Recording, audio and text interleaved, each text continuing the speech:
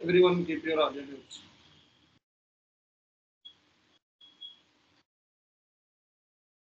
So Bhargav video after పెట్టుకోండి. Bhargav video after పెట్టుకోండి.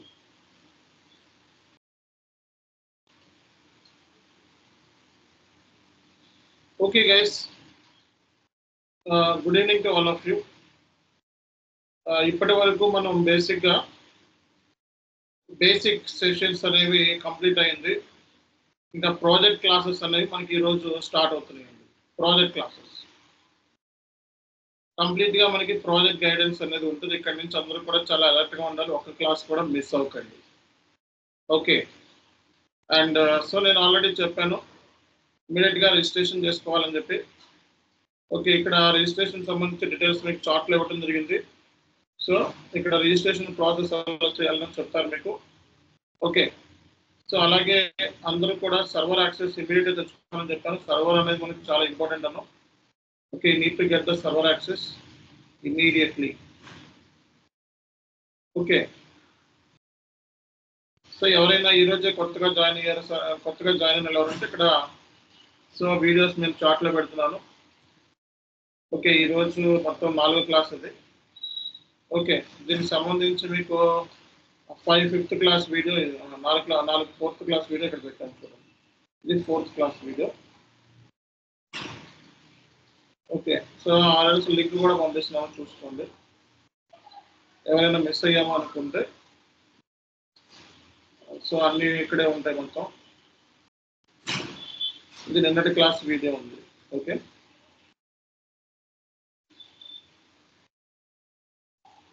ఇది 3 క్లాసెస్. ఈ 3 క్లాసెస్ వీడియో ఇక్కడ నిన్నటి క్లాస్ వీడియో ఇక్కడ ఉంటుంది. ఇవన్నీ బేసిక్ క్లాసెస్. ఇది కూడా పంపిస్తున్నారు, చూసుకోండి మళ్ళీ. ఓకే, ఇక్కడే ఉన్నాయి మొత్తం 4 క్లాసెస్ సంబంధించిన లింక్స్ ఇక్కడ ఇచ్చాను. సో లింక్స్ ఎందుకు ఇస్తున్నానంటే వీడియో మీకు ఏమన్నా మధ్యలో డ్రాప్ అయితే లింక్ ఇస్తున్నాను, కానీ అవసరం లేదు. మీకు క్లాస్ అయిపోయిన వెంటనే రికార్డ్ వీడియో చార్ట్లో వచ్చేస్తుంది, మీరు చూసుకోవట్లేదు. క్లాస్ అయిపోయిన వెంటనే మనకి రికార్డ్ వీడియో చార్ట్లో వచ్చేస్తుంది. దీని మీద ఏం చేయాలంటే జస్ట్ మీరు రైట్ క్లిక్ ఇవ్వండి అంతే. చూడండి, ఇక్కడ వీడియో ఉంది కదా, పైకి వెళ్తే వీడియో ఉంది కదా, ఈ వీడియో మీద రైట్ క్లిక్ ఇచ్చి సేవ్ యాజ్ అని చెప్పి క్లిక్ చేస్తే మీకు ఈ వీడియోని మీరు డెస్క్టాప్లో సేవ్ చేసుకోవచ్చు అన్నమాట. అర్థమైందా? సో కాబట్టి ఏంటంటే మీకు వీడియో రాలేదని చెప్పి అనుకోవద్దు. ఇక్కడే వస్తే క్లాస్ అయిపోయిన వెంటనే రికార్డ్ వీడియో మీకు చార్ట్లో వచ్చేస్తుంది. ఓకే, ఇక్కడే మీకు ఉంటుంది రికార్డ్ వీడియో, అది డౌన్లోడ్ చేసుకోండి. ఓకే, ఇక్కడ 3 క్లాసెస్ వీడియో మిస్ అయిన వాళ్ళు ఎవరైనా ఉంటే ఈ 3 క్లాసెస్ వీడియో బేసిక్ వీడియోస్. ఈ ఎస్ఏపి అంటే ఏంటి, S/4HANA అంటే ఏంటి, MM అంటే ఏంటి, ECC అంటే ఏంటి, ఏమేమి వర్షన్స్ ఉన్నాయి, ఇవన్నీ బేసిక్ అయితే classes. So basic classes 4 classes అయిపోయినాయి మనకి. ఇంకా మెయిన్ క్లాసెస్లోకి వచ్చేస్తాం మనం. ఓకే, కంప్లీట్గా మెయిన్ క్లాసెస్ అండి, పూర్తిగా మనకి మెయిన్ క్లాసెస్ ఉంటాయి. S/4HANA పాయింట్ ఆఫ్ వ్యూలో మనం ప్రాజెక్ట్ ఇంప్లిమెంటేషన్ ఎలా చేయాలి అనేది మనకి ఇంకా మెయిన్ క్లాసెస్ అనేది స్టార్ట్ అయిపోయింది. ఈ రోజు నుంచి మనకి మొత్తం కూడా మెయిన్ క్లాసెస్. ఇక్కడి నుంచి ఏంటంటే ఎవరు కూడా మిస్ అవ్వకుండా అటెండ్ అవ్వండి. ఓకే, సో ఎవరు కూడా మెయిన్ క్లాసెస్కి మిస్ అవ్వకుండా అటెండ్ అవ్వండి. సో దీనికి సంబంధించి మీకు మనం S/4HANAకి సంబంధించి ఇంప్లిమెంటేషన్ ఎలా చేయాలి గైడెన్స్ ఉంది మన దగ్గర. ఓకే, సో ఈ గైడెన్స్ మొత్తం అంతా కూడా మీకు క్లారిటీ అనేది ఇవ్వబోతున్నాం మనం. సో ఈ మెథడాలజీస్, సో రియల్ టైంలో మనం యూజ్ చేసే మెథడాలజీస్ ఇన్డెప్త్గా మనం క్లాస్లో డిస్కస్ చేయబోతున్నాం. ఇది నేర్చుకున్న తర్వాత మీరు జాబ్కి వెళ్ళిపోవచ్చు. అంటే ప్రాజెక్ట్ సంబంధించి ఏ క్వశ్చన్కైనా ఆన్సర్ చేసేలాగా రెడీ చేస్తాం. ఓకే, సో ఈ ప్రాజెక్ట్ గైడెన్స్ అనేది ఈ రోజు నుంచి మనకి స్టార్ట్ అయింది. అందరూ కూడా యాక్టివ్గా ఉండాలి. ఓకే, అందరూ కూడా యాక్టివ్గా ఉండాలి. మొత్తం ప్రాజెక్ట్ గైడెన్స్ అంతా కూడా ఈ రోజు నుంచి మనకు స్టార్ట్ అయింది. చివరి క్లాస్ వరకు ప్రాజెక్ట్ అయిపోయేంత వరకు కూడా అందరూ సో రివైజ్ చేసుకుంటూ ఉండాలి. క్లాస్ అయిపోయిన తర్వాత మీరు రివైజ్ చేయాలి. ఓకే, ప్రాక్టీస్ చేసుకుంటూ ఉండాలి. Okay, so let's start the session then.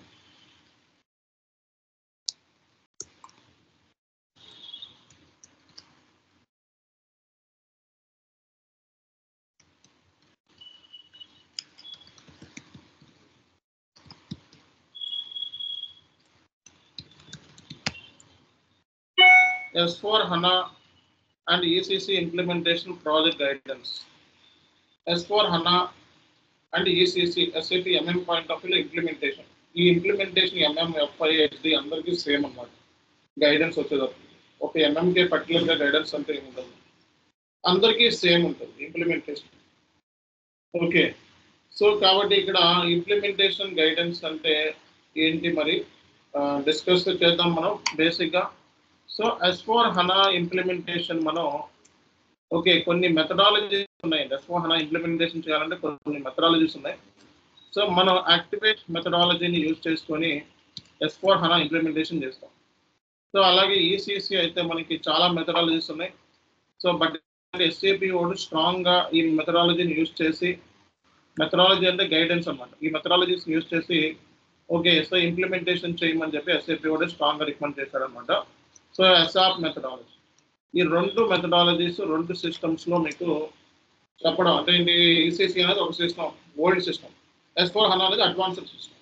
ఈ ఓల్డ్ సిస్టంలో మనకి ఇంప్లిమెంటేషన్ ఎట్లా జరుగుతుంది, అలాగే ఈ న్యూ సిస్టంలో S/4HANAలో మనకి సో ఎలా ఇంప్లిమెంటేషన్ జరుగుద్ది అనేది కూడా మనం ఈరోజు నుంచి మనకి క్లాసెస్ అనేవి డిస్కషన్ చేయబోతున్నాం అన్నమాట కంప్లీట్గా.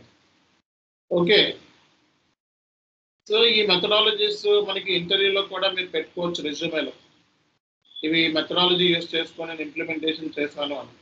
ఇవే కాదు, మార్కెట్లో చాలా చాలా మెథడాలజీస్ ఉన్నాయి.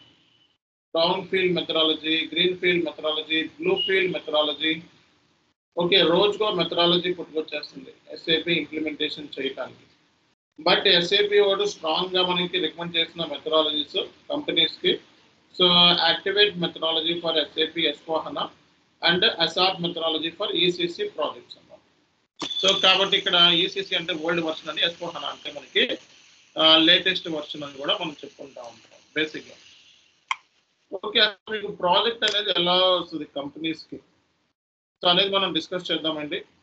ఓకే, అసలు కంపెనీకి ఏ ప్రాజెక్ట్ ఎలా వస్తుంది అనేది మనం ఫస్ట్ డిస్కస్ చేద్దాం. బేసిక్గా ఒక కంపెనీ ఉంది, Vizag steel private limited. Okay, ఈ కంపెనీ మార్కెట్లో దగ్గర దగ్గర ఒక 30 years నుంచి మార్కెట్లో ఉంది అనుకుందాం, అజ్యూమ్, అంటే ఎక్కువే ఉండొచ్చు మనకు తెలియదు. 30 years నుంచి ఈ ఇండస్ట్రీ అనేది రన్ అవుతుంది, Vizag steel private limited. Okay, దీన్ని హెడ్ ఆఫీస్ వచ్చేటప్పటికి వైజాగ్లో ఉంది. ఓకే, సో దీని హెడ్ ఆఫీస్ వచ్చేటప్పటికి వైజాగ్లో ఉంది. సో ఈ కంపెనీ అజ్యూమ్ టాలీ సాఫ్ట్వేర్ని యూజ్ చేస్తుంది అనుకుందాం. టాలీ సాఫ్ట్వేర్లో వాళ్ళ డేటా అంతా కూడా ఉంది. సో ఈ వైజాగ్ స్టీల్ ప్రైవేట్ లిమిటెడ్ ఎప్పుడు కూడా SAPని యూజ్ చేయలేదు అనుకుందాం. ఓకేనా, సో పాయింట్ అర్థం చేసుకోవాలి మీరు. సో వైజాగ్ స్టీల్ అనేది మనకి హెడ్ ఆఫీసు మనకి వైజాగ్లో ఉంది. టాలీ సాఫ్ట్వేర్లో డేటా మొత్తం ఉంటుంది, వాళ్ళకి సంబంధించిన మొత్తం ఫైనాన్షియల్ స్టేట్మెంట్స్ అంటే ఆ కంపెనీకి సంబంధించిన లాభాలు నష్టాలు, ఓకే అలాగే ఆ కంపెనీకి సంబంధించిన బ్యాలెన్స్ షీట్, ఓకే సో ఆ కంపెనీకి సంబంధించిన అసెట్స్ ఎన్ని ఉన్నాయి, అప్పులు ఎన్ని ఉన్నాయి, ఆస్తులు ఎన్ని ఉన్నాయి, మొత్తం ఈ రిపోర్ట్స్ అన్నీ కూడా ఈ టాలీ సాఫ్ట్వేర్లో పెట్టుకుంది. ఓకే, సో ఇప్పుడు ఈ బిజినెస్ చాలా బాగా మార్కెట్లో సస్టైన్ అయ్యింది కంపెనీ. ఓకే, ఇంకా బిజినెస్ని ఎక్స్టెన్షన్ చేసుకుందాం అనుకుంటుంది. సో అదర్ కంట్రీస్లో కూడా ఎక్స్పాండ్ చేద్దాం అనుకుంటుంది ఇప్పుడు, అలాగే అదర్ స్టేట్స్లో కూడా ఎక్స్పాండ్ చేద్దాం అనుకుంటుంది ఇప్పుడు. కాబట్టి ఈ టాలీ సాఫ్ట్వేర్ అనేది మార్కెట్లో ఓకే చాలా చిన్న సాఫ్ట్వేర్, అంటే చిన్న చిన్న కంపెనీస్ ఎక్కువగా ఈ టాలీ సాఫ్ట్వేర్ని ఎక్కువగా యూజ్ చేస్తూ ఉంటాయి. ఇప్పుడు పెద్ద బిజినెస్ ప్రాసెస్కి ఏంటంటే SAP అనేది చాలా మంచి సొల్యూషన్. పెద్ద పెద్ద కంపెనీస్కి, పెద్ద మొత్తంలో మనకి క్యాపిటల్ ఉన్న కంపెనీస్కి, ఓకే అలాగే బిజినెస్ ప్రాసెస్ ఉన్న కంపెనీస్కి. సో ఇక్కడ మనకి ఏంటంటే SAP అనేది చాలా మంచి ఆప్షన్, రికమెండెడ్ కూడా. నవే డేస్ SAP చిన్న కంపెనీస్ కూడా సపోర్ట్ చేస్తుంది. ఓకే, సో ఇప్పుడు క్వశ్చన్ ఏంటంటే ఇప్పుడు ఈ Vizag steel company wants to switch to SAP first time. So ఈ Vizag steel company wants to switch SAP first time.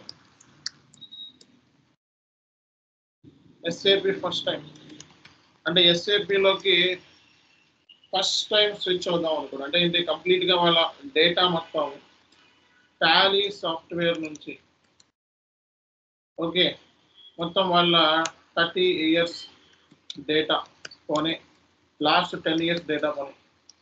So last 10 years పోనీ 30 years అంటే కష్టం అయిపోతుంది. లాస్ట్ 10 years నుంచి వాళ్ళ డేటా ఉన్నది ఏదైతే ఉందో ఆ డేటా మొత్తం కూడా ఎస్ఏపిలోకి మైగ్రేట్ అయిపోవాలి.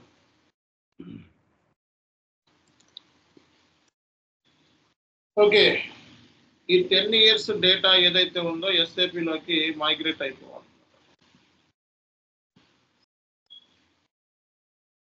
అంటే ఈ company never used SAP earlier.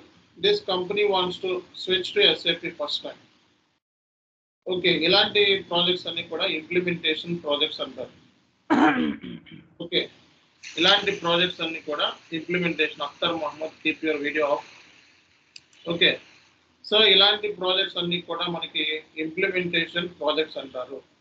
అలాగే ఒక స్టార్ట్అప్ కంపెనీ ఫస్ట్ టైం ఎస్ఏపిలోకి మొత్తం ఫస్ట్ టైం ఎస్ఏపిని యూజ్ చేద్దాం అనుకుంది. సో ఇది కూడా ఇంప్లిమెంటేషన్ ప్రాజెక్ట్. సో అంటే ఆల్రెడీ ఎగ్జిస్టింగ్ కంపెనీస్ ఎస్ఏపిలోకి మైగ్రేట్ అవుదాం అనుకున్నవి, అలాగే స్టార్ట్అప్ కంపెనీ ఫస్ట్ టైం ఎస్ఏపిలోకి వద్దాం అనుకున్నవి, ఇవన్నీ కూడా మనకి ఇంప్లిమెంటేషన్ ప్రాజెక్ట్స్ కింద కౌంట్ అవుతాయి. అందరికీ అర్థమవుతుందా పాయింట్? కాబట్టి ఇంప్లిమెంటేషన్ అంటే మనకి ఎస్ఏపి ఓడు ఇంప్లిమెంటేషన్ చేయటానికి కొన్ని మెథడాలజీస్ కూడా ఇచ్చాడు అనమాట. S/4HANAకి యాక్టివేట్ మెథడాలజీ, ఈసీసీకి అసాప్ మెథడాలజీ. ఇవే కాకుండా చాలా మెథడాలజీస్ మార్కెట్లో ఉన్నాయి. వాటర్ ఫాల్ అని, ఎజైల్ అని, ఓకే గ్రీన్ ఫీల్డ్ అని, బ్రౌన్ ఫీల్డ్ అని, సో బ్లూ ఫీల్డ్ అని, ఇలా రోజుకో మెథడాలజీ పుట్టుకొస్తుంది. ఈ మెథడాలజీ కాకుండా కంపెనీయే ఓన్గా మెథడాలజీని యూజ్ చేసుకొని కూడా స్విచ్ అవ్వచ్చు అన్నమాట. ఓకే సో కాబట్టి ఇలాంటి కైండ్ ఆఫ్ ప్రాజెక్ట్స్ మనకి ఏమైతే ఉంటాయో ఈ కైండ్ ఆఫ్ ప్రాజెక్ట్స్ని మనం ఇంప్లిమెంటేషన్ ప్రాజెక్ట్స్ అంటారు. ఓకే సో అంటే ఎప్పుడైనా అదర్ అంటే సో నాన్ ఈఆర్పి సిస్టమ్ నుంచి ఎస్ఏపిలోకి మైగ్రేట్ అవ్వటం, లేకపోతే ఫస్ట్ టైం ఎస్ఏపిలోకి మైగ్రేట్ అవ్వటం, అంటే కంపెనీ ఫస్ట్ టైం ఎస్ఏపిని యూజ్ చేద్దాం అనుకున్నప్పుడు ఈ కైండ్ ఆఫ్ ప్రాజెక్ట్స్ మనం ఇంప్లిమెంటేషన్ ప్రాజెక్ట్స్ అంటారు. ఈ ప్రాజెక్ట్స్ చేయాలంటే గైడెన్స్ ఉండాలి. ఆ సర్టన్ గైడెన్సే మనకి ఇంప్లిమెంటేషన్ గైడెన్స్ అంటాం బేసిక్గా.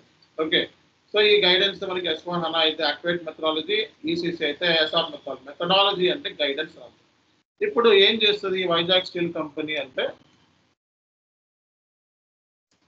సో ఈ వైజాగ్ స్టీల్ కంపెనీ ఓవరాల్గా ఒక బిడ్ కండక్ట్ చేస్తారు.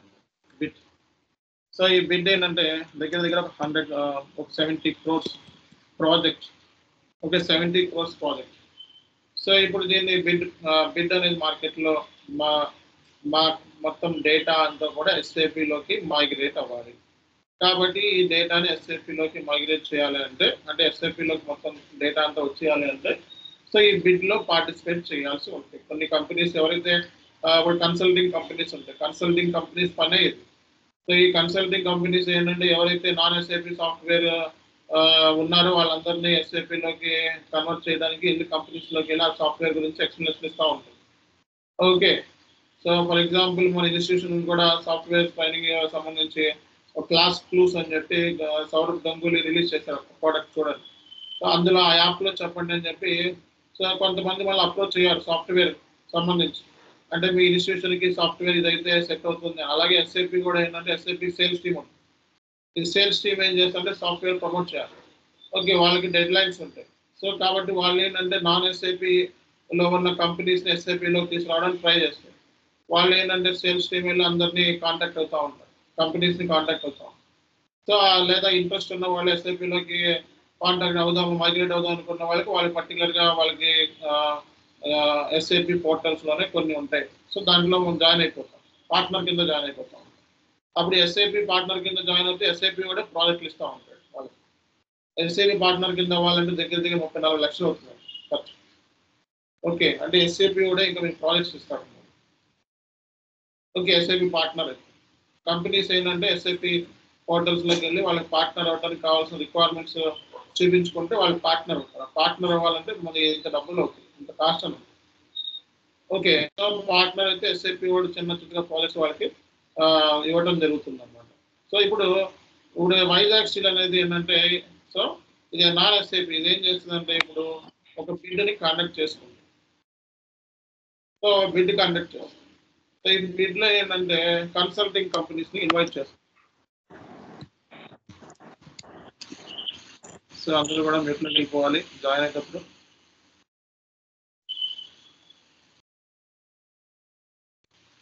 ఓకే, ఒక బిడ్ని కండక్ట్ చేస్తుంది consulting companies. Sorry, Vizag steel company ఒక బిడ్ని కండక్ట్ చేస్తే కన్సల్టింగ్ కంపెనీస్ ఇందులో పార్టిసిపేట్ చేస్తాయి.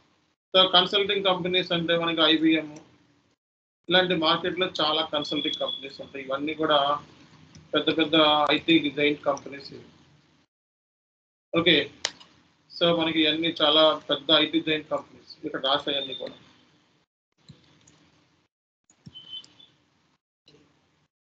ఓకే, ఇన్ఫోసిస్. సో ఇలా మనకి క్యాప్ జర్నీ ఇలా పెద్ద పెద్ద కంపెనీస్ మార్కెట్లో ఏంటంటే ఓకే కన్సల్టింగ్ కంపెనీస్. ఇలా ఈ కన్సల్టింగ్ కంపెనీస్ ఏంటంటే వాళ్ళ పనే ఎస్ఏపిలోకి మైగ్రేట్ చేయించేలా చేయటం. వీళ్ళు ఎక్కడ ప్రాజెక్ట్స్ దొరుకుతాయా ఇలానే చూస్తూ ఉంటారు ఈ కన్సల్టింగ్ కంపెనీస్. ఫలానా వైజాగ్ స్టీల్లో ఉంది అంటే ఈ వైజాగ్ స్టీల్ ఏం చేస్తుందంటే కన్సల్టింగ్ కంపెనీస్ బిడ్ని ఇన్వైట్ చేస్తుంది. సో బిడ్లో మీ కొటేషన్ ఇవ్వండి, వీళ్ళకి సంబంధించిన బిజినెస్ గురించి చెప్పి ఈ బిడ్లో కొటేషన్స్ ఇవ్వండి. సో ఈ కొటేషన్స్ మనకి చూసినట్లయితే ఇక్కడ ఐబిఎం 80 crores రుజుం ఇచ్చింది అనుకోండి ఇలాగా. సో వీళ్ళు 75 crores. ఓకే, సో అలాగే కాగ్నిజెంట్ 78 crores ఇలా బిడ్ ఇచ్చింది అనుకోండి. ఓకే, సో ఈ ప్రాజెక్ట్ మేము 22 months లో, ఓకే ఈ ప్రాజెక్ట్ మేము 24 months లో చేస్తాం ఇంప్లిమెంటేషన్. ఓకే, ఈ ప్రాజెక్ట్ మేము సో 20 months లోనే చేస్తాం అని ఎవరికి వాళ్ళకి సంబంధించిన బిడ్ని ఇవ్వటం జరుగుతుంది. ఓకే,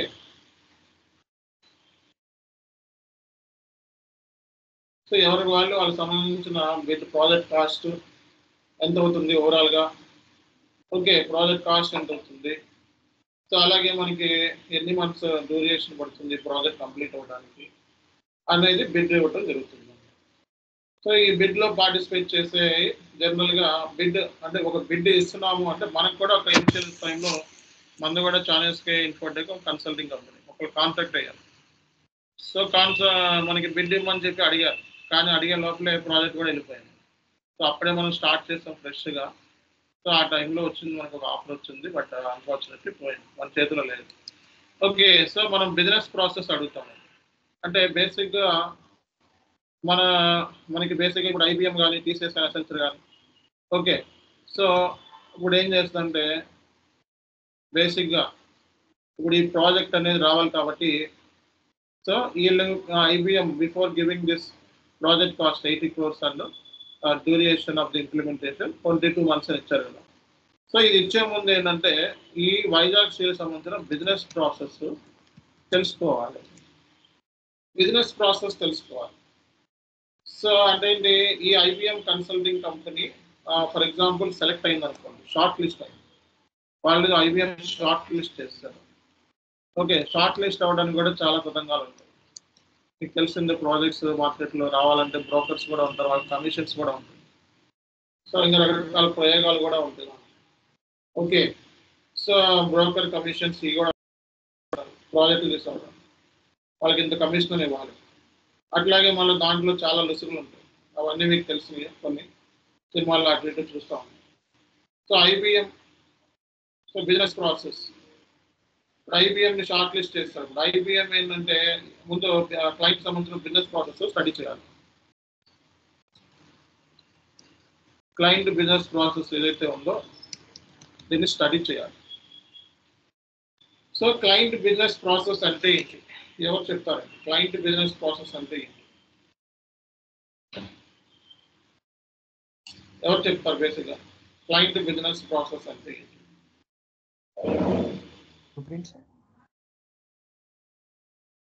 చెప్పండి.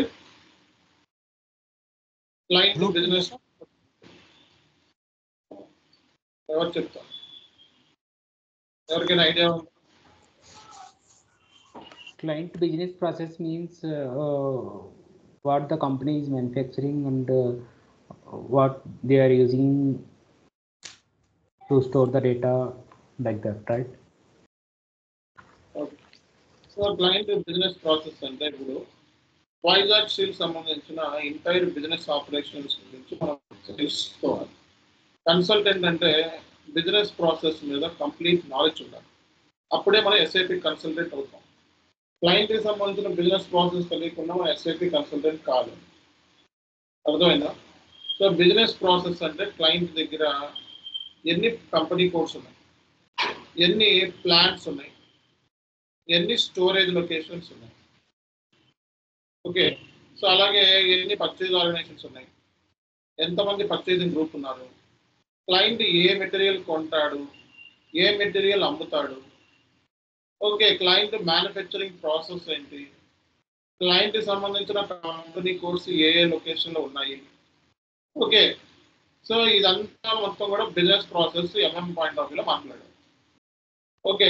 క్లయింట్కి ఎంతమంది వెండర్స్ ఉన్నారు, ఎంతమంది కస్టమర్స్ ఉన్నారు, క్లయింట్ని కొనే ప్రాసెస్ ఏంటి, అంటే ఒక మెటీరియల్ కొనాలంటే ప్రాసెస్ ఏంటి ఆ కంపెనీలో, ఓకే. ఒక మెటీరియల్ అమ్మాలి అంటే ఫినిష్ ప్రోడక్ట్ మా కస్టమర్కి అమ్మాలంటే ప్రాసెస్ ఏంటి, ఇదంతా కూడా మనకి బిజినెస్ ప్రాసెస్లో పార్ట్ అనమాట. సో కాబట్టి as a function consultant we should understand the client requirement, then we need to configure in to SAP system. So first మనం క్లయింట్కి సంబంధించిన రిక్వైర్మెంట్ని మనం అర్థం చేసుకోవాలి, అనలైజ్ చేయాలి, ఓకే. అది ఇంపార్టెంట్ మనకి ఎస్ఏపి ఫంక్షన్ కన్సల్టెంట్ అంటే. సో కాబట్టి క్లయింట్కి సంబంధించిన డేటా మొత్తం ఏముంది అని తెలుసుకోవాలి. అప్పుడు వీళ్ళు తెలుసుకోవడానికి వీళ్ళ దగ్గర ఆల్రెడీ ఐబిఎంలో ఎక్స్పర్ట్స్ ఉంటారు, ఈ ప్రాజెక్ట్ ఎక్స్పర్ట్స్ ఉంటారు, వాళ్ళు మొత్తం బిజినెస్ అనలిస్టులు ఉంటారు వాళ్ళ దగ్గర, ఓకే. సో వీళ్ళు ఏం చేస్తారంటే మొత్తం క్లయింట్ సంబంధించినంతా కూడా గ్యాదర్ చేస్తారు, డేటా అంతా ఒక రఫ్ డ్రాఫ్ట్ గ్యాదర్ చేస్తారు, ఎన్ని కంపెనీ కోడ్స్ పక్కన వేసుకుంటారు, ఎన్ని ప్లాన్స్ ఉన్నాయి పక్కన వేసుకుంటారు, ఓకే.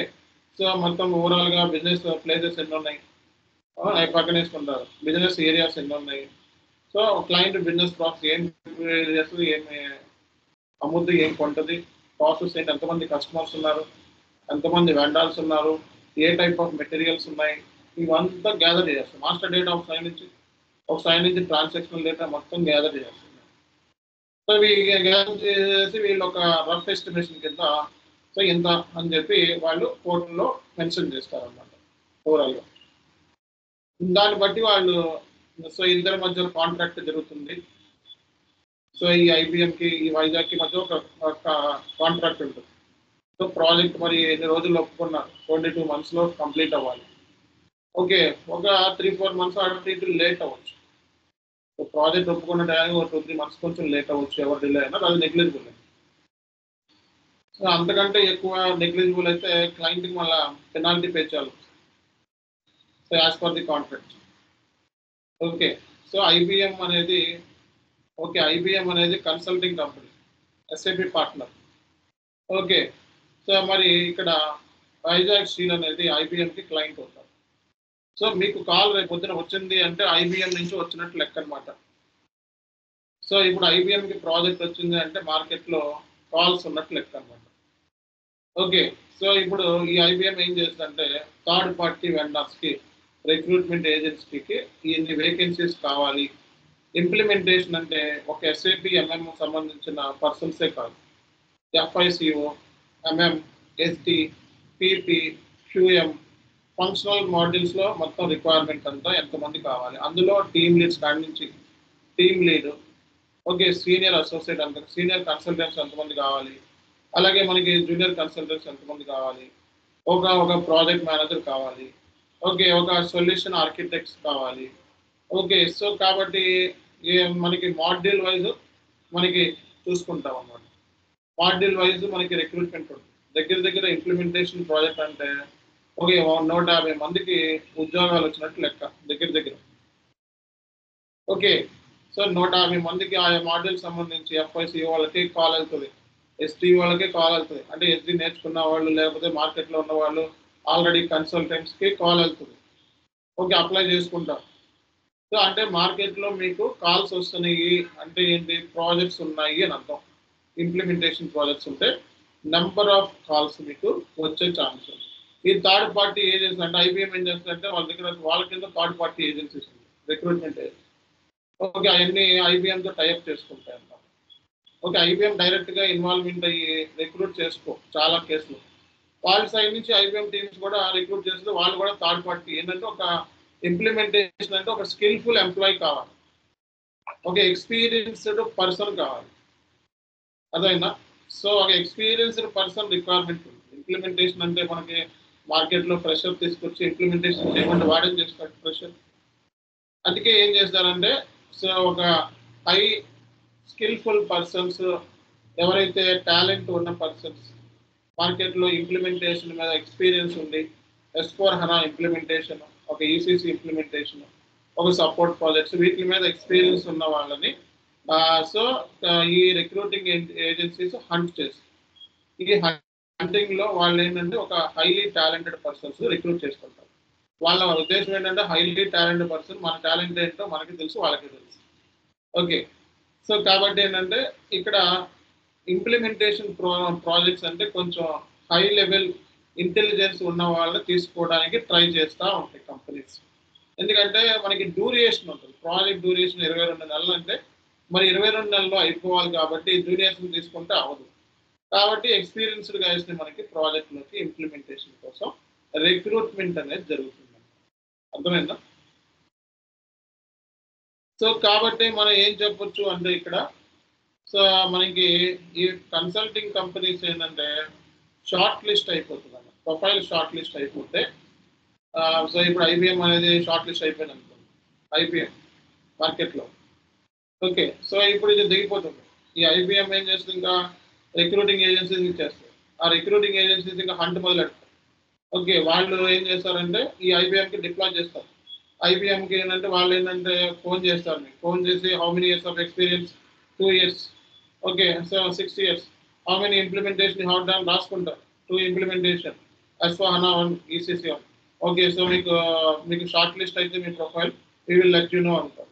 ఓకే, ఆ తర్వాత మీ ప్రొఫైల్ని ఐబీఎం పంపిస్తారు. ఐబీఎంలో షార్ట్ లిస్టింగ్ టీమ్ ఉంటుంది సపరేట్. ఈ ప్రొఫైల్ చూడగానే ఎక్కడి నుంచి వచ్చింది, రిక్రూటింగ్ ఏజెన్సీ XY, అలాగే KLM రిక్రూట్మెంట్ ఏజెన్సీ నుంచి మళ్ళీ కొంతమంది, అలాగే MKN రిక్రూటింగ్ ఏజెన్సీ నుంచి కొంతమంది, ఆ తర్వాత PKN రిక్రూటింగ్ ఏజెన్సీ నుంచి కొంతమంది, అట్లా మొత్తం వాళ్ళందరూ ఒక 200 నుంచి 300 ప్రొఫైల్స్ గ్యాదర్ చేసుకుంటారు. ఓకే, సో వీళ్ళందరినీ ప్రొఫైల్లో షార్ట్ లిస్ట్ కొన్ని రిజెక్ట్ కూడా చేస్తారు మీకు ఐబీఎం చేసి డైరెక్ట్గా కాల్ని షెడ్యూల్ చేస్తారు. మీరు షార్ట్ లిస్ట్ అని, ప్రొఫైల్ షార్ట్ లిస్ట్ అయింది, మీ ఇంటర్వ్యూ ఇది. సో ఇంటర్వ్యూ లొకేషన్ ఇది, ఆ లొకేషన్కి మీరు ఇంటర్వ్యూకి వెళ్ళి అటెండ్ అయితే సో మీరు మీకు ఏంటంటే మొత్తం 3 రౌండ్స్ అనేవి ఉంటాయి అన్నమాట. సో 3 రౌండ్స్ ఉంటాయి. 3 రౌండ్స్లో ఒకటి technical round, first technical round so అంటే స్క్రీనింగ్ లాంటిది. Second technical round manager level ఉంటుంది. థర్డ్ వచ్చేటప్పుడు హెచ్ఆర్ ఉంటుంది. హెచ్ఆర్ అనేది చిన్నది ఏముండదు, జస్ట్ లైక్ మీ శాలరీ ఎంత, మీరు ఏ కంపెనీలో పనిచేశారు, ఓకే, సో అలాంటి చిన్న చిన్న క్వశ్చన్స్ అడిగేసి వాళ్ళు ఫైనల్ చేస్తారు. అంటే టెక్నికల్ రౌండ్స్ ఐటీలో చాలా ఇంపార్టెంట్ రోల్ ప్లే చేస్తారు. టెక్నికల్ రౌండ్ అయిపోతే హెచ్ఆర్ ఏముండదు. అర్థమైందా? సో ఇక్కడ స్క్రీనింగ్లోనే ఒక 100 మంది అటెండ్ అయితే అందులో నుంచి ఒక 80 మంది స్క్రీన్ అయిపోతారు, ఒక 20 మంది రిక్రూట్ అవుతారు. అందులో మనకి ఒక 5 వేకెన్సీస్, కానీ 20 మంది ఉన్నారంటే ఒక 3-4 వేకెన్సీస్ ఉంటాయి కంపల్సరీ. సో ఆ 3 వేకెన్సీస్ కోసం 20 మందిలో ఫైనల్ చేసుకున్న వాళ్ళు ఏంటంటే వాళ్ళలో నుంచి ఒకరిని 3 రిక్రూట్ చేసుకోవడం అనేది జరుగుతుంది. ఇది ప్రాసెస్. ఓకే, సో కాబట్టి మీకు వైజాగ్ స్టీల్ కంపెనీకి మీకు ఏమవుతుంది అంటే క్లయింట్ అవుతుంది, అలాగే ఈ ఐబీఎం కంపెనీ మీకు పేరోల్ కంపెనీ అవుతుంది. అంటే ఏంటి, ఈ ఐబీఎం కంపెనీ ఏం చేస్తుందంటే మిమ్మల్ని వైజాగ్ స్టీల్ కంపెనీకి డిప్లాయ్ చేస్తుంది అన్నమాట. సో వైజాగ్ స్టీల్ కంపెనీలో మీరు వెళ్ళి పని చేయాలన్నమాట, అంటే క్లయింట్ లొకేషన్కి డిప్లాయ్ చేస్తారు వాళ్ళు. అర్థమైందా? సో లేదా కొన్నిసార్లు ఏంటంటే క్లయింట్కిను వైజాగ్ స్టీల్కి మధ్య ఉన్న అగ్రిమెంట్ ప్రకారం సో ఐబీఎం వాళ్ళే వర్క్ స్పేస్ ఇచ్చి మీకు ఆ వర్క్ స్పేస్లో మీకు వర్క్ చేసుకునే ఫెసిలిటీ కూడా ఇచ్చే ఛాన్స్ అనేది ఉండొచ్చండి. అర్థమైందా? సో కాబట్టి మ్యాక్సిమం కేసెస్లో మనం ఏం చూస్తూ ఉంటాం అంటే, సో మీరు వెళ్ళి క్లయింట్ లొకేషన్లోకి వెళ్ళి వర్క్ చేయాల్సిన అవసరం ఉంటుంది మ్యాక్సిమం. ఓకే, కాబట్టి ఇప్పుడు ప్రాజెక్ట్ ఎలా వచ్చింది అనేది మీకు ఒక ఐడియా వచ్చింది, అవునా కదా? సో ప్రాజెక్ట్ ఎలా వస్తుంది అంటే ఇదిగో ఇలా వస్తుంది ప్రాజెక్ట్. సో ఫస్ట్ ఏంటంటే బిడ్ యాక్సెప్ట్ చేస్తుంది, తర్వాత బిడ్ కొటేషన్ ఇచ్చిన తర్వాత, కొటేషన్ వచ్చిన తర్వాత ఆ కొటేషన్ని బేస్ చేసుకొని అదర్ ఫ్యాక్టర్స్ మార్కెట్లో మనకి ఎన్ని ఇంప్లిమెంటేషన్ చేశాము అన్నది కూడా కన్సిడర్ చేస్తాడు. ఐబిఎంకి ఊరికే వచ్చేది, ఓకే, బ్రోకర్కి సమ్ కమిషన్ పే చేసి వెంటనే ఇచ్చేది. ఓకే, ఐబిఎంకి రావాలంటే బేసిక్గా మరి ఐబిఎం ఎన్ని ఇంప్లిమెంటేషన్ చేసిందో ఆ ప్రీవియస్ హిస్టరీ ఏంటి, వాటికి సంబంధించి కూడా బీజీసీ ఉంటుంది. ఐబిఎం లాంటి సంస్థ గురించి బీజీసీ ఎవరు చేయడు మామూలుగా. అదే నాలాంటి సంస్థ ఇప్పుడు ఏంటంటే వెళ్ళి నేను కొత్తగా ఇంప్లిమెంటేషన్ చేయాలి, ఏదన్నా ప్రాజెక్ట్ చేయాలి అనుకొని దిగితే నేను ఎన్ని కంపెనీస్ ఇంప్లిమెంటేషన్ చేశాను, నా కంపెనీస్ మన కంపెనీ నుంచి ఎన్ని జరిగినాయి అనేది బ్యాక్గ్రౌండ్ వెరిఫికేషన్ కూడా జరుగుతుంది బీజీసీ. ఓకే, అండ్ ఆ డాక్యుమెంట్స్ కూడా వాళ్ళు చెక్ చేస్తారు ఇంప్లిమెంటేషన్ అయిందని చెప్పి. ఓకే, అంటే తొందరగా ఇప్పుడు అన్ని పెద్ద పెద్ద ప్రాజెక్ట్స్ ఉండవు. వైజాగ్ స్టీల్ లాగా 90 crore ప్రాజెక్ట్సే ఉండాల్సిన అవసరం లేదు. కంపెనీలో 2-3 కోట్ల ప్రాజెక్ట్స్ కూడా ఉంటాయి. ఇప్పుడు అలాంటి కంపెనీస్ ఏంటి, డైరెక్ట్గా చిన్న చిన్న మనలాంటి వాళ్ళు కూడా రిక్రూట్ చేసుకుంటూ ఉంటారు, ఫ్రీలాన్సర్స్ని తీసుకుంటూ ఉంటారు. ఓకే, సో అంటే ఫ్రీలాన్సర్స్ అంటే ఎవరి కింద పని చేయరు. ఇప్పుడు ఫర్ ఎగ్జాంపుల్ ఫ్రీలాన్సింగ్ అంటే ఇప్పుడు నేనున్నాను అనుకోండి, సో ఇప్పుడు నాకు కంపెనీ ఉంది కాబట్టి లీగల్ ఎంటిటీ ఉంది. నాకు లీగల్ ఎంటిటీ లేకుండా కూడా కొంతమంది ఉంటారు, వాళ్ళు ఏంటంటే ఫ్రీలాన్సర్స్ కింద పనిచేస్తూ ఉంటారు. అంటే కంపెనీకి అండర్లో రారు, వాళ్ళకి నచ్చిన ఇంటి దగ్గర నుంచి కూర్చొని హ్యాపీగా క్లయింట్ని సపోర్ట్ చేస్తూ ఉంటారు. సో వాళ్ళకి ఎటువంటి రిస్ట్రిక్షన్స్ ఉండవు. అదే కంపెనీకి వెళ్ళాలంటే ఇన్ టైంలోకి వెళ్ళాలి, ఇన్ టైంలో లాగిన్ అవ్వాలి, ఇన్ టైంలో అవుట్ అవ్వాలి, 9 hours కూర్చోవాలి, ఆ ఫార్మాలిటీస్ అవన్నీ ఉంటాయి. ఈ ఫ్రీలాన్సర్స్కి అట్లా ఉండదు. కాబట్టి ఈ కోర్స్ నేర్చుకున్న తర్వాత ఒక సెట్ అయిన టైం అమౌంట్ ఆఫ్ ఎక్స్పీరియన్స్ మీరు గెయిన్ చేసిన తర్వాత మీరు ఇండివిజువల్గా ఫ్రీలాన్సింగ్ కూడా వెళ్ళొచ్చు. ఓకే, ఫ్రీలాన్సింగ్ అంటే ఇంటి దగ్గర కూర్చొని మనం వర్క్ చేసుకోవచ్చు, ఎవరు మనకి నెత్తి మీద ఉండరు, మా క్లయింట్తో డైరెక్ట్ ఇంకా. ఓకే, మధ్యలో మీడియేటర్స్ కూడా ఉండరు, మనకి చక్కగా మనం నచ్చిన అటైర్లో నచ్చిన అట్మాస్ఫియర్లో మనం చక్కగా వర్క్ చేసుకోవచ్చు. ఓకే, ఒకవేళ క్లయింట్ మనం వర్క్ నచ్చకపోతే వాడు ఇంకో ఫ్రీలాన్సర్ రిక్రూట్ చేసుకుంటాడు. ఒకవేళ క్లయింట్కి మనం వర్క్ నచ్చితే సో ఎన్ని రోజులైనా సరే మీరు క్లయింట్తో కలిసి వర్క్ చేసుకోవచ్చు, డైరెక్ట్గా పేమెంట్ మీ అకౌంట్లో వేసేస్తారు. సో అది ఫ్రీలాన్సింగ్. అలా ఫ్రీలాన్సర్స్ కూడా మనకి ఎస్ఐపిలో బోల్డ్ మంది ఉంటారు మార్కెట్లో. ఓకే, సో ఇప్పుడు ఏంటంటే ఇప్పుడు మనకి ఇలాంటిది అంటే మీకు వచ్చే ఆపర్చునిటీస్ గురించి మాట్లాడతాం. అంటే ఒక 5 years ఒక 7 years ఎక్స్పీరియన్స్ మీరు ఓన్గా ఎస్ఐపిలో గెయిన్ చేసిన తర్వాత, రియల్ టైం ఎక్స్పీరియన్స్ గెయిన్ చేసిన తర్వాత అప్పుడు మీకు అనిపించుద్ది ఈ కంపెనీలో చేయటం ఎందుకు, మనమే చేసుకుంటే బెస్ట్గా మనమే కంపెనీ సెటప్ చేసుకోవచ్చు కదా, లేకపోతే మనమే ఒక ఫ్రీలాన్సర్స్ కింద పని చేయొచ్చు కదా, సో అని చెప్పి మీకు అనిపించింది. అలాంటప్పుడు మీకు ఏంటంటే ఫ్రీలాన్సింగ్ ఆప్షన్ కూడా ఉంది అన్న విషయాన్ని మీకు గుర్తు చేస్తున్నాను. అంటే పర్టికులర్గా మీరు కంపెనీస్కి వర్క్ చేయకుండా డైరెక్ట్గా క్లయింట్తో మీరు వెళ్ళి డీల్ చేసుకునే ఫెసిలిటీ కూడా ఉంటుంది. అలా ఎప్పుడు ఉంటుంది అంటే మీకు ఒక సెట్ అయిన అమౌంట్ ఆఫ్ ఎక్స్పీరియన్స్ మీరు షోకేస్ చేసుకున్నప్పుడు, అంటే ఒక 7 years 10 years ఎక్స్పీరియన్స్ ఉంటే వాళ్ళు సో ఆ ఫ్రీలాన్సింగ్ సంబంధించి మీకు కాల్ చేసి మీకు మళ్ళీ ఇంటర్వ్యూస్ కండక్ట్ చేసి సో వాళ్ళు డైరెక్ట్గా రిక్రూట్ చేసుకుంటాం జరుగుతుంది అనమాట. సో కాబట్టి సో మీకు పర్టికులర్గా ఈ వర్క్ అనేది మీకు అసైన్ చేస్తే ఆ వర్క్ని మీరు మీ టైంలో మీరు కంప్లీట్ చేసుకుంటే సరిపోతుంది. ఓకే, డైరెక్ట్గా క్లయింట్తో ఇంటరాక్షన్ ఉంటుంది, మనకి మధ్య మీడియేటర్స్ ఎవరో లేకుండా. కాబట్టి అంటే ఈ కోర్స్ నేర్చుకున్న తర్వాత సెట్ అయిన అమౌంట్ ఆఫ్ ఎక్స్పీరియన్స్ మీరు గెయిన్ చేసిన తర్వాత అప్పుడు మీరు ఓన్గా ఫ్రీలాన్సింగ్ చేసుకోవచ్చు. అలాగే మీకు కొంచెం మార్కెట్లో ఇన్ఫ్లుయెన్స్ ఉంది, అలాగే కొంతమంది మీకు ఒక గ్రూప్ ఆఫ్ పీపుల్ కింద ఫామ్ అయ్యి ఒక కంపెనీని నిర్మించుకుందాం అనుకుంటే కంపెనీ నిర్మించుకోవచ్చు, ఓన్గా కంపెనీ స్టార్టప్ ఫర్మ్స్ని జాయిన్ అవ్వచ్చు క్లయింట్స్ తెలిస్తే. And locations, client location, client గురించి కంప్లీట్గా మీకు అవగాహన ఉంది, క్లయింట్ మీ మీద కాన్ఫిడెన్స్ ఉంటే డెఫినెట్గా సో ఓన్ కంపెనీస్ని కూడా మీరు సెటప్ అనేది చేసుకునే ఫెసిలిటీ ఉంటుంది అనమాట. సో కాబట్టి ఏంటంటే సో బేసిక్గా సో ఇలాంటి ఆపర్చునిటీస్ కూడా మీకు వస్తాయి. అంటే ప్రాజెక్ట్ ఎలా వస్తుంది అనే దాని గురించి మీకు చెప్పడం ఈరోజు మెయిన్ అజెండా. ఓకే, ఎందుకంటే చాలా మందికి క్లాస్ మార్కెట్లో ఎవరు చెప్పరు. మీరు ఎన్ని యూట్యూబ్ ఛానల్ చూసుకున్నా, 100 యూట్యూబ్ ఛానల్ చూసుకున్నా మీకు ప్రాజెక్ట్ ఎలా వస్తుంది ఏఎస్ఐపి ట్రైనర్ మీకు చెప్పరు. కానీ మనం ఏంటంటే సో మీరు కూడా సో పైకి ఎదగాలి కాబట్టి మా పాయింట్ ఆఫ్ వ్యూలో మీకు ఈ నాలెడ్జ్ అనేది షేర్ చేయడం జరుగుతుంది. ఓకే, సో ప్రాజెక్ట్ అనేది రావాలి అంటే సో మన దగ్గర ఎస్ఐపి కన్సల్టెంట్స్ ఉండాలి ఫస్ట్. ఓకే, ఒక కంపెనీ ఉంటే ఆ కంపెనీకి సంబంధించి SAP consultant certified consultants license ఉండాలి. ఓకే, సో అవి కూడా చెక్ చేస్తారు. కంపెనీ మనకి డైరెక్ట్గా ప్రాజెక్ట్ ఇచ్చేయాలంటే ఇమీడియట్గా ఇచ్చే సర్టిఫైడ్ కన్సల్టెంట్స్ ఎంతమంది ఉన్నారు సో అనేది కూడా చెక్ చేసుకుంటా ఉంటారు. సర్టిఫైడ్ కన్సల్టెంట్స్ ఉన్నారా లేదా, అలాగే ఇంకా మనకి అదర్ ఫ్యాక్టర్స్ ఎన్ని ఇంప్లిమెంటేషన్ మనం రియల్గా ఈ కంపెనీస్కి చేసి పెట్టాం, ఆ ఇంప్లిమెంటేషన్స్ మనకి ఆ కంపెనీ నుంచి మనకి సర్టిఫికేట్ ఇచ్చారా లేదా, ఆ లీగల్ డాక్యుమెంట్స్ ఉన్నాయా లేదా, సో ఇలాంటివన్నీ చూసుకొని ప్రాజెక్ట్ అనేది రావటం అనేది జరుగుతుంది అన్నమాట. ఓకేనా? సో ఎవరో రైజ్ చేశారు హ్యాండ్, కృష్ణనా? Sir Kishan Reddy sir. Kishan Reddy, yes sir. ఇప్పుడు జాబ్ అప్లై చేసుకోవడానికి నౌకరీ, లింక్డ్ఇన్ లాగా ఫ్రీలాన్సింగ్ అప్లై చేసుకోవడానికి అది ఏమన్నా సైట్ అలాగా? ఫ్రీలాన్సింగ్ వెబ్సైట్స్ మనకి మార్కెట్లో చాలా ఉన్నాయి. ఓకే, జస్ట్ మీకు గురువు అని చెప్పి ఒకటి ఉంటుంది, జస్ట్ చూడండి. ఫ్రీలాన్సింగ్ అన్నిటికీ గూగులే సొల్యూషన్.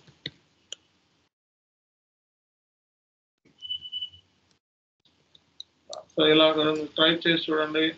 సో మనకి ఫ్రీలాన్సింగ్ సంబంధించి నవ్వే డేస్ చాలా చాలా జాబ్స్ మనకి మార్కెట్లో వస్తున్నాయి అనమాట. సో ఫ్రీలాన్సర్ ఇవన్నీ కొన్ని గురువు అని ఉంది చూడండి, ఇవన్నీ కూడా దీంట్లో లాగిన్ అయ్యి మీ ప్రొఫైల్ అప్డేట్ చేయాలన్నమాట. Okay sir. ఓకే, ఫ్రీలాన్సింగ్ అంటే మనం ఫర్ ఎగ్జాంపుల్ వైజాగ్ ఎగ్జాంపుల్లో డైరెక్ట్గా వైజాగ్ కంపెనీ నుంచి మనం ఫ్రీలాన్సింగ్ జాబ్ అయిపోతుంది సార్? డైరెక్ట్గా వైజాగ్ స్టీల్ నుంచి మొత్తం ప్రాజెక్ట్ ని డీల్ చేసుకుంటారు. ఓకే ఓకే మీ కింద కన్సల్టెంట్స్ ని పెట్టుకొని ప్రాజెక్ట్ ని హ్యాండిల్ చేసుకుంటారు. Okay okay. మెయిన్ లీడ్ కింద మీరు ఉంటారు. మీ కింద జూనియర్ కన్సల్టెంట్స్ ని లేకపోతే సీనియర్ కన్సల్టెంట్స్ ని వాళ్ళని కూడా రిక్రూట్ చేసుకొని వాళ్ళకు కూడా శాలరీస్ మీరు ఇచ్చుకుంటూ మీరే ఫ్రీలాన్సింగ్ చేసుకుంటారు. ఓకేనా? Thank you sir. సో కాబట్టి ఏంటంటే సో అంటే మీకు ఒక ఐడియా ఉండాలి ప్రాజెక్ట్ అసలు ఎలా వస్తుంది ఏంటి అనేది. కంపెనీలో కన్సల్టెంట్ కింద అంటే మీకు ఇవన్నీ తెలియదు, ఇవన్నీ మీకు ఎవరు చెప్పరు. కంపెనీలోకి వెళ్ళిన తర్వాత ప్రాజెక్ట్ కాస్ట్ ఎందుకని నేను ఇలా పెట్టుకున్నాము ఇవన్నీ ఎక్కడ చెప్పరు. మీ వరకు ఏంటంటే ఇప్పుడు తాజ్మహల్ కట్టినోడికి ఏంటంటే ఎంత కాస్ట్ అయిందని లేబర్కి తెలుసుద్దా? తెలియదు. ఓకే, సో మన లేబర్ లాంటి వర్కర్స్ అంతే. అక్కడికి వెళ్ళిన తర్వాత మనకి ఎంతవరకు మనకి యాక్సెస్ ఇవ్వాలి, ఎంతవరకు మనకి మాట్లాడాలి, అంతవరకే మన ఉంటుంది అనమాట. సో ఈ కైండ్ ఆఫ్ స్టఫ్ అంతా కూడా high level management, top level management, so వాళ్ళు ఇన్వాల్వ్మెంట్ అవుతారు. బిజినెస్ లీడ్స్, ఓకే, సో అలాగే delivery managers, project heads, so పెద్ద పెద్ద తలకాయలన్నీ ఇందులో ఇన్వాల్వ్మెంట్ అవుతాయి ఇనీషియల్ స్టేజ్లో. మీ రోల్ వరకు ఇక్కడ దాకా రాదు. ప్రాజెక్ట్ ఫిక్స్ అయ్యింది అని మనకి ఒక కన్ఫర్మేషన్ వచ్చింది అంటే అప్పుడు మీకు మిమ్మల్ని సో మీకు ఏంటంటే కాల్ అనేది మార్కెట్లో వస్తుంది. సో ఆ ప్రాజెక్ట్ ఫిక్స్ కాలేదంటే కాల్ అనేది రాదు. ఒక్కోసారి ప్రాజెక్ట్ ఫిక్స్ అయిన తర్వాత క్యాన్సిల్ కూడా అవుతుంది క్లయింట్. అలా పెట్టుకున్న వాళ్ళు మళ్ళీ వెంటనే ప్రాజెక్ట్ రామ్ డౌన్ అని చెప్పి తీసేస్తారు. ఐటీలో ఏమైనా జరగచ్చు. అదే ప్రాజెక్ట్ మళ్ళీ వేరే వాడికి కూడా ఇవ్వచ్చు, లేదా మన పర్ఫార్మెన్స్ బాగోకపోతే ఎనీ టైం మనకి ప్రాజెక్ట్ని మధ్యలోనే క్యాన్సిల్ చేయొచ్చు. ఓకేనా? సో కాబట్టి ఏంటంటే మీకు ఏంటంటే సో ఇలాంటి కంపెనీస్లో జాయిన్ అయితే మీకు ఏంటంటే బెనిఫిట్ ఉంటుంది. ఐబిఎం లాంటి కంపెనీస్, సో పెద్ద పెద్ద కంపెనీస్లో మనకి జాయిన్ అయితే ఉండే బెనిఫిట్ ఏంటి అంటే ఒక ప్రాజెక్ట్ క్యాన్సిల్ అయినా సరే వాళ్ళ దగ్గర చాలా ప్రాజెక్ట్స్ ఉంటాయి. 3 నెలల వరకు కూడా మిమ్మల్ని అంటే ఫర్ ఎగ్జాంపుల్ వైజాగ్ స్టీల్ కోసం మీరు రిక్రూట్ అయ్యారు. మీరు అందరూ ఐబిఎంలో పర్మనెంట్ రోల్ కింద మిమ్మల్ని సెలెక్ట్ చేసుకోవడం జరిగింది. కాంట్రాక్ట్ రోల్ అయితే ఇమీడియట్గా పీక్ చేస్తారండి. సో పర్మనెంట్ రోల్ కింద మీరు సెలెక్షన్ అయ్యారు. ఇప్పుడు ఈ పర్మనెంట్ రోల్ కింద సెలెక్షన్ అయితే మీకు ఏంటంటే ఒకవేళ ప్రాజెక్ట్ ర్యామ్ డౌన్ అయింది, మన అదృష్టం అలా ఉంది మరి, సో వెంటనే తీసేయాలి. సెక్యూరిటీ ఉంటుంది. ఇలాంటి పెద్ద కంపెనీస్లో ఏంటంటే సెక్యూరిటీ ఉంటుంది, అంటే సెక్యూరిటీ, జాబ్ సెక్యూరిటీ ఉంటుంది. సో ఈ ప్రాజెక్ట్ కాకుండా ఇంకో ప్రాజెక్ట్ని కూడా నీకు అసైన్ చేయొచ్చు. అంటే ఏంటి? సో అంటే ఒక 3 months వరకు నిన్ను బెంచ్లో కూర్చోబెడతారు. సో బెంచ్లో కూర్చోబెట్టడం అంటే మనం బెంచ్ వేసుకొని కూర్చోవడం కాదు. బెంచ్లో అంటే జనరల్గా మన ఇంటి దగ్గరే ఉంటాం. ఓకే, మనకి ఒకవేళ ప్రాజెక్ట్ ఉంది అంటే కంపల్సరీ మనకు కాల్ వస్తుంది, ఇంటర్వ్యూ అటెండ్ అవ్వాలి వేరే క్లయింట్. అంటే మనకి ఏ వర్క్ ఉండదు, మన రెజ్యూమే ఫార్వర్డ్ చేసుకుంటాం. వాళ్ళు ఇప్పుడు ఐబిఎం ఉందనుకో, ఐబిఎం సంబంధించి రిక్రూటింగ్ టీమ్ మళ్ళీ ఉంటుంది అనమాట. ప్రాజెక్ట్ లేదు, అయిపోతుంది. ఒకవేళ మీ ప్రాజెక్ట్ దాంట్లో సంవత్సరాలు పనిచేశారు, ప్రాజెక్ట్ అయిపోతుంది అనగానే మీ ఎప్పుడు అయిపోతుందో ఆ డేట్ వాళ్ళ దగ్గరికి వెళ్ళిపోతుంది. వెంటనే వాళ్ళు మీకు ఏంటంటే ఇంకో ప్రాజెక్ట్ని చూసి పెడతా ఉంటారు. క్లయింట్తో ఇంటరాక్షన్, క్లయింట్తో వర్క్ అనేది ఒక మ్యాక్సిమం 2-3 years ఉంటుంది అంతే. ఆ తర్వాత మళ్ళీ ప్రాజెక్టులు మళ్ళీ మారుతూ ఉంటాయి. ఇప్పుడు ఏంటంటే కాంట్రాక్ట్ బేస్డ్ మీద పర్మనెంట్ బేస్డ్ మీద జాబ్స్ ఉంటాయి మీరు అందుకే ఫస్ట్ కాల్ వచ్చినప్పుడు whether it is contract based జాబా పర్మనెంట్ బేస్డ్ జాబా అని అయిపో అడగాలి మీరు. ఓకే, సో కాంట్రాక్ట్ బేస్డ్ జాబ్లో ఏంటంటే రిస్క్ ఎక్కువ ఉంటుంది. జాబ్లో నుంచి ఎప్పుడైనా పీకేయచ్చు ఎనీ టైం. వాళ్ళు సంవత్సరం ప్రాజెక్ట్ అని చెప్పి మధ్యలోనే 2 monthsలోనే పీకేయచ్చు. కాకపోతే కాంట్రాక్ట్ బేస్లో మీకు శాలరీస్ చాలా ఎక్కువ ఉంటాయి. ఓకే, శాలరీస్ అంటే 60-70% హైక్ కూడా ఇస్తారు. సో ఒకవేళ మీ శాలరీ 3 లక్షలు అంటే 10 లక్షలు ఇవ్వడానికి కూడా సిద్ధపడతారు కాంట్రాక్ట్. అదే మనకి పర్మనెంట్ జాబ్ అంటే 30 నుంచి కరెంట్ హైక్ ఒక 10 lakhs అనుకోండి, దాని మీద 30% అంటే సో 10 లక్షల మీద 3% ఎంత, 10 లక్షల మీద 30% 3 లక్షలు 13 లక్షలు లేదా 50% మ్యాక్స్ మీ పర్ఫార్మెన్స్ని బట్టి. అంటే ఇక్కడ కాంట్రాక్ట్ బేస్లో మనకి రిస్క్ ఉంటుంది ప్లస్ ఎక్కువ హైక్ అనేది వచ్చే ఛాన్సెస్ ఉంటుంది. 60-70% హైక్స్ వచ్చే ఛాన్సెస్ ఉంటుంది. మళ్ళీ ఎప్పుడు జాబ్లో నుంచి పీకేస్తారన్నది గ్యారంటీ లేదు. పీకేసిన తర్వాత ఇంకో ప్రాజెక్ట్ ఉండదు. డైరెక్ట్గా మనమే వెళ్ళి ఇంకో ప్రాజెక్ట్ని సెర్చ్ చేసుకోవడం నౌకరీలోను లింక్డ్ఇన్లోను వాటిలో. అదే పర్మనెంట్ బేస్డ్ జాబ్స్ అంటే మనకి ఒకవేళ ప్రాజెక్ట్లో సరిగ్గా వర్క్ చేయలేకపోయారు, వైజాగ్ స్టీల్కి జాయిన్ అయ్యారు, సెలక్షన్ అయ్యారు, వైజాగ్ స్టీల్లో మీ పర్ఫార్మెన్స్ బాగాలేదు, ఓకే తీసేస్తారు, తీసేసి వాళ్ళ ఇంటికి పంపించాయి, ఇంకో 2-3 ప్రాజెక్టులు మీకు అసైన్ చేస్తారు. ఓకే, ఇంకో 2-3 ప్రాజెక్టులను కూడా మన పర్ఫార్మెన్స్ అట్లాగే ఉంటే అప్పుడు మనల్ని సో కంప్లీట్గా మనమే వెళ్ళిపోతాం, తీయాల్సిన అవసరం. సో అది మనకి బెనిఫిట్ అన్నమాట. అదే కాంట్రాక్ట్ బేస్డ్ జాబ్లో అనుకోండి పర్ఫార్మెన్స్ బాగోకపోతే ఇమీడియట్గా పక్కన పెట్టేస్తారు. సో 2 సంవత్సరాల ప్రాజెక్ట్ అని చెప్పి నేను కాంట్రాక్ట్ బేస్ తీసుకుంటాను, కానీ ఏంటంటే 2 నెలలకే బయటకు వచ్చేసి ఛాన్సెస్. కానీ ఏంటంటే రిస్క్ ఉన్న చోట రిటర్న్ కూడా ఉంటుంది కాబట్టి, సో రిస్క్ తీసుకున్న చోట రిటర్న్ ఉంటుంది కాబట్టి కంపల్సరీగా సో మీకు హైక్ అనేది 60% వరకు ఇచ్చే ఛాన్సెస్, 60-70% హైక్ ఇచ్చే chances contract based jobs. So కాబట్టి ఏంటంటే కాంట్రాక్ట్ బేస్డ్ జాబ్స్లో ఉన్న రిస్క్, పర్మనెంట్ బేస్డ్ జాబ్లో ఉన్న బెనిఫిట్. పర్మనెంట్ బేస్డ్ జాబ్లో ఉన్న వాళ్ళకి శాలరీస్ ఎక్కువ ఉండవు, కాంట్రాక్ట్ బేస్డ్ జాబ్లో ఉన్న వాళ్ళకి శాలరీస్ ఎక్కువ ఉంటాయి. పర్మనెంట్ జాబ్స్ ఉన్న వాళ్ళకి సెక్యూరిటీ అనేది ఉంటుంది, ఎంతో కొంత కంపెనీ కలిగిస్తుంది సెక్యూరిటీ. ఈ ప్రాజెక్ట్ కాకపోతే ఇంకో ప్రాజెక్ట్ ఉంటుంది, లేకపోతే 3 నెలలు నేను బెంచ్లో పెట్టొద్దు, హ్యాపీగా ఉన్నాను బెంచ్లో ఉండి సో 3 నెలలు బట్టి శాలరీ చూసుకుంటారు, ఇంకో జాబ్ ఎత్తుకునే ఫెసిలిటీ ఉంటుంది. అదే కాంట్రాక్ట్ బేస్లో వెళ్ళిపోమంటే నెలలోనో 3 నెలలు 2 రోజులు మీకు నోటీస్ పీరియడ్ ఇస్తారు, పంపించేస్తారు. అదే పర్మనెంట్ బేస్డ్ అనుకోండి సో 3 నెలల నోటీస్ పీరియడ్ ఉంటుంది. 3 నెలల నోటీస్ పీరియడ్ వరకు మనకు అవకాశం ఉంటుంది. అంటే జాబ్ మానేయాలంటే 3 నెలల వరకు అందులో ఉంటాం కంపల్సరీ. ఆ 3 నెలల్లో ఏదో ఒక జాబ్ మనకి సెక్యూరిటీ కింద దొరికిస్తుంది, ఎదుగుతుంటాం. ఇది కాంట్రాక్ట్కి పర్మనెంట్కి ఉన్న జాబ్ డిఫరెన్స్. అలాగే మనకి ఎస్ఐపి ప్రాజెక్ట్స్ మనకి ఎలా వస్తాయి అనేది ఒక గైడెన్స్. ఓకే, సో రేపటి క్లాస్లో మనకి ఎస్ఐపికి సంబంధించి ఇంప్లిమెంటేషన్ ఎలా స్టార్ట్ చేయాలి అనేది రేపటి క్లాస్లో మనం డిస్కషన్ అనేది చేస్తాం. ఓకే, సో కాబట్టి ఈరోజు ఏంటంటే మీకు జస్ట్ లైక్ ప్రాజెక్ట్ గైడెన్స్, అంటే ప్రాజెక్ట్ అంటే ఏంటి, క్లయింట్ అంటే ఎవరు, ఓకే సో మనం ప్రాజెక్ట్ని యాక్సెప్ట్ చేసే ముందు ఏమేమి కన్సిడర్ చేస్తాం, బిజినెస్ ప్రాసెస్ అంటే ఏంటి, ఓకే సో అసలు ఇంప్లిమెంటేషన్ ప్రాజెక్ట్ అంటే ఏంటి, ఇంప్లిమెంటేషన్ ప్రాజెక్ట్లో మనకి క్లయింట్ అంటే ఎవరు, కన్సల్టింగ్ కంపెనీస్ అంటే ఎవరు, సో ఎస్ఐపి పార్ట్నర్ అంటే ఎవరు, ఓకే సో ఇది మనం డిస్కషన్ అనేది జరిగింది. అలాగే రేపటి క్లాస్లో ఏంటంటే కంప్లీట్ ఇంప్లిమెంటేషన్ ఎట్లా చేయాలి అనే గైడెన్స్ అనేది రేపటి క్లాస్లో ఉంటుంది. Okay, so thank you very much, see you tomorrow. Thank you.